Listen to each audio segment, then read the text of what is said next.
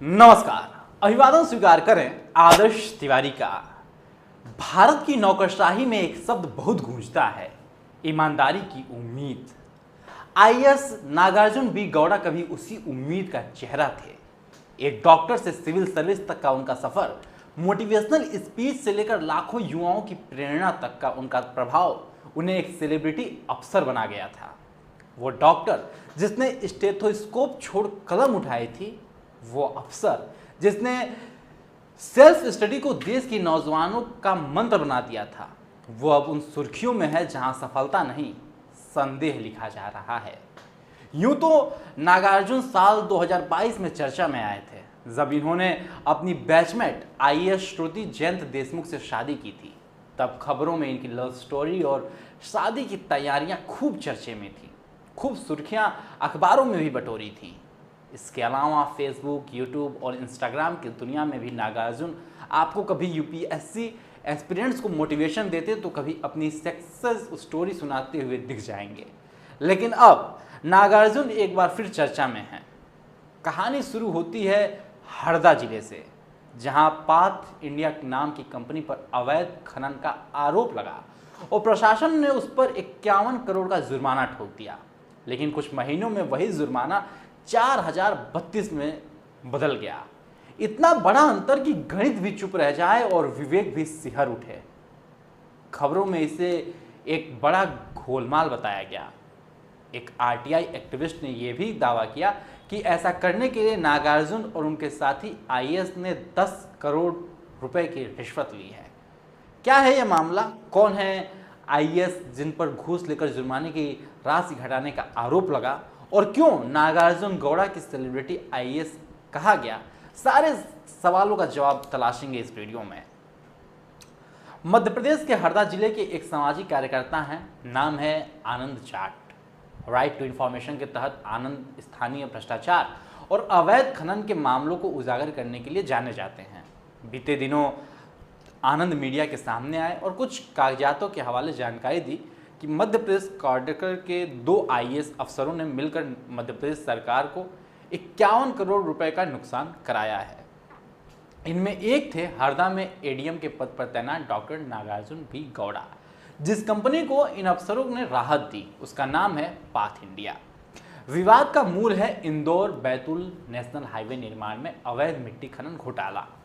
करीब 55 पन्नों की एक रिपोर्ट दिखाते हुए आनंद दावा करते हैं कि पाथ इंडिया कंपनी में इंदौर बैतूल नेशनल हाईवे के 4 लेन सड़क निर्माण का ठेका लिया। स्थानीय मीडिया रिपोर्ट्स में दर्ज किया गया है कि इस काम के लिए कंपनी ने मशीनों से मिट्टी और मुरम निकालने का काम शुरू किया, लेकिन यह खुदाई तय सीमा से कहीं ज़्यादा होने लगी। आरोप लगे कि पाथ इंडिया ने बिना अनुमति कहीं 50 से 60 फीट गहरी खुदाई कर दी है, जिससे इलाका खाई में तब्दील हो गया है। इसकी वजह से निजी हो सरकारी हो, यहाँ तक कि आदिवासियों की ज़मीन भी प्रभावित हुई हैं।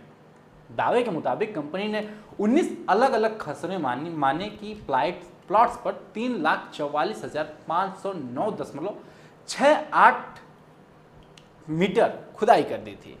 दावा किया कि यह खुदाई सड़क निर्माण के लिए ज़रूरी था। कंपनी का यह दावा था, लेकिन लोगों को कुछ और था। बहरहाल जब खुदाई से गांव वालों को दिक्कत हुई तो उन्होंने इसका विरोध करना भी शुरू किया। इस मामले पर नजर रखने वाले अधिवक्ता ने स्थानीय मीडिया से हुई बातचीत में बताया कि कंपनी के विरोध में ग्रामीणों ने करीब 45 दिन तक धरना भी दिया, लेकिन अफसरों ने अवैध खनन वाली कंपनी पर कोई ठोस कार्रवाई नहीं की। लेकिन जब दबाव बना तो फिर इस मामले में साल 2022 में पहली बार जांच हुई। रहट गांव तहसीलदार ने अपनी कंपनी के साइट का निरीक्षण किया। दावे के मुताबिक बिना किसी फोटो, वीडियो और पंचनामे के मौखिक बयानों के आधार पर यह रिपोर्ट तैयार की गई। रिपोर्ट में बताया गया कि जांच के बाद कंपनी ने 3,44,509.68 घन मीटर में केवल 2.68 मीटर घन मीटर खनन को अवैध स्वीकार किया गया है। इसके बाद खनिज विभाग ने अवैध खनन का मूल्यांकन भी किया। जांच कमेटी ने पूरी जांच भी की और साल 2023 में एडीएम कोर्ट ने तहसीलदार की रिपोर्ट और खनिज विभाग के मूल्यांकन के आधार पर पाथ इंडिया कंपनी पर कुल 51,67,64,522 रुपए का जुर्माना लगाया। इसमें अवैध खनन के लिए 25 करोड़ 83 लाख रुपए और इतनी ही राशि मध्य प्रदेश खनिज नियम 2022 के तहत पर्यावरण को नुकसान पहुंचाने के लिए लगाई गई। जिस वक्त कंपनी पर यह जुर्माना लगाया गया तब हरदा के additional collector IAS Praveen Phool Pagare थे। इनके ही तत्वावधान में जांच और जुर्माने की कार्यवाही और प्रक्रिया पूरी की गई, लेकिन कंपनी ने तुरंत ही जुर्माने के पैसे अदा नहीं किए। कंपनी भी लगातार अपना पक्ष रखते हुए आवाज उठाती रही। दोनों पक्षों के दलीलों और सुनवाइयों का दौर चलता रहा और साल आया 2025 का। IAS नागार्जुन गौड़ा को अब हरदा का ADM बना दिया गया। एक्टिविस्ट आनंद ने आरोप लगाया कि हरदा में तैनाती के बाद नागार्जुन ने इस मामले की समीक्षा की, पुरानी जांच में खामियां पाई और पाया कि अंधेरी खेड़ा में खनन के लिए सिर्फ पात कंपनी ने ही नहीं बल्कि दूसरे भी भूमि स्वामियों ने परमिशन ली थी। मतलब कि केवल कंपनी खुदाई नहीं कर रही है, और भी लोग कर रहे हैं और उसके लिए परमिशन ले रखा है। इसके बाद ADM नागार्जुन गौड़ा ने 51 करोड़ से भी ज्यादा के इस जुर्माने वाले आदेश को बदल दिया। कंपनी पर अवैध खनन के लिए 51 करोड़ रुपए के बजाय अब सिर्फ 4032 रुपए की राशि तय की गई। इसमें अवैध उत्खनन के लिए 2016 रुपए और इतने ही राशि पर्यावरण क्षतिपूर्ति के लिए तय की गई। ध्यान दीजिएगा कि 51 करोड़ 67 लाख रुपए से घटाकर 4022 रुपए। दैनिक भास्कर की रिपोर्ट के मुताबिक जुर्माने की राशि घटाने के बाद ADM नागार्जुन गौड़ा ने कहा कि खनिज विभाग की लापरवाही के कारण ये स्पष्ट नहीं हो पाया कि वास्तविक अवैध खनन किसने किया। इस नए आदेश के सामने आने के बाद ग्रामीणों का विरोध भी हुआ। एक्टिविस्ट आनंद जाट ने RTI लगाई और ADM कोर्ट से जानकारी निकाली, जानकारी इकट्ठा की और फिर मीडिया के सामने आकर आरोप लगाए कि IAS नागार्जुन गौड़ा ने जिला कलेक्टर के साथ मिलकर कंपनी के हक में ऐसा आदेश दे दिया है। इसके साथ ही आनंद जाट ने यह भी आरोप लगाया कि 51 करोड़ के इस जुर्माने को 4000 में बदलने के एवज में इन लोगों ने 10 करोड़ रुपए की रिश्वत भी ली है। आनंद दावा करते हैं कि विभाग के एक कर्मचारी ने इस बात की पुष्टि भी की है कि पात कंपनी और IAS अधिकारियों के बीच हुई रिश्वत की लेन देन उनके सामने थी।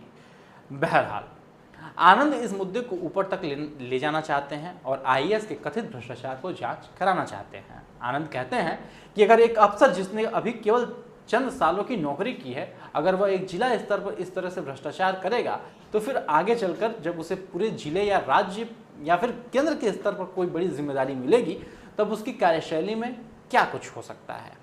अब उन अफसरों की भी हम बात कर लेते हैं जिनके इर्द गिर्द ये पूरे आरोप घूम रहे हैं। जैसे कि हमने कि वीडियो की शुरुआत में ही बताया था कि doctor Nagarjun B Gowda 2019 batch के मध्य प्रदेश कैडर के अफसर हैं। मूलतः कर्नाटक से ताल्लुक रखते हैं। 1992 में जन्मे नागार्जुन गौड़ा ने Rajiv Gandhi university of health sciences Karnataka से मेडिसिन सर्जरी में MBBS पूरा किया। कर्नाटका के Mandya institution of medical sciences में रेजिडेंट डॉक्टर के तौर पर सेवाएं भी देते रहे, लेकिन फिर भी मन बना लिया सिविल सेवा में आने का। तैयारी के लिए वक्त भी नहीं था। मीडिया में दिए इंटरव्यूज में नागार्जुन कहते हैं कि उन्हें रोज सुबह 9:30 बजे से शाम को 4:30 बजे तक अस्पताल में रहना पड़ता था और इसके बाद वो कम से कम 6 घंटे रोज UPSC की पढ़ाई के लिए समय निकालते थे, वो भी सेल्फ स्टडी। सवाल आएगा कोचिंग क्यों नहीं की?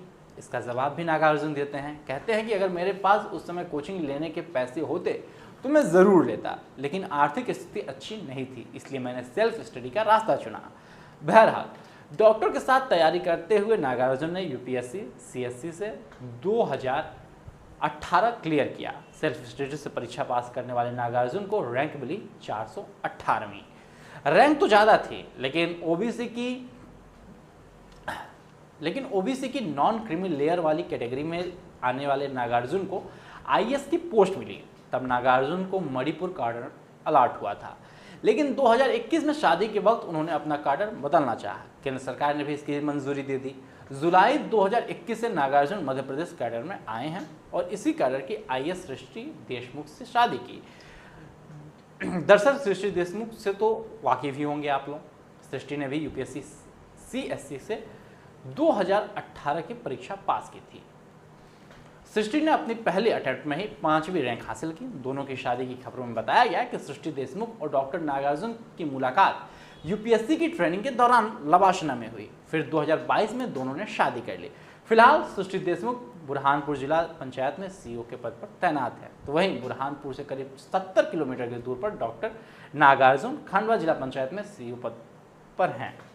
अब तक तो इनकी चर्चा मिसाल के तौर पर होती थी, खासकर नागार्जुन गौड़ा की, जो कभी एस्पिरेंट्स को मोटिवेट करते दिखते थे तो कभी एस्पिरेंट्स को ये भरोसा दिलाते थे कि सेल्फ स्टडी से भी यूपीएससी क्रैक की जा सकती है, तो कभी अपनी कहानी सुनाकर उन्हें मोटिवेट करते थे। एस्पिरेंट्स भी उन्हें सुनना पसंद करते थे। खैर, करे भी क्यों ना, उनके ही बीच से उनका जैसा कोई वो बना जो लाखों एस्पिरेंट्स बनना चाहते हैं, इसलिए डॉक्टर नागार्जुन की अच्छी खासी फैन फॉलोइंग भी हो गई। इस नौकरशाह कपल ने मिलकर एथिक्स पर किताब भी लिखी, लेकिन वही अब करप्शन के आरोपों के से घिरे हुए हैं। बहरहाल, अवैध खनन के चार्जेस को कम करने के इस आरोप में सरकारी दफ्तरों में मंथन जारी है।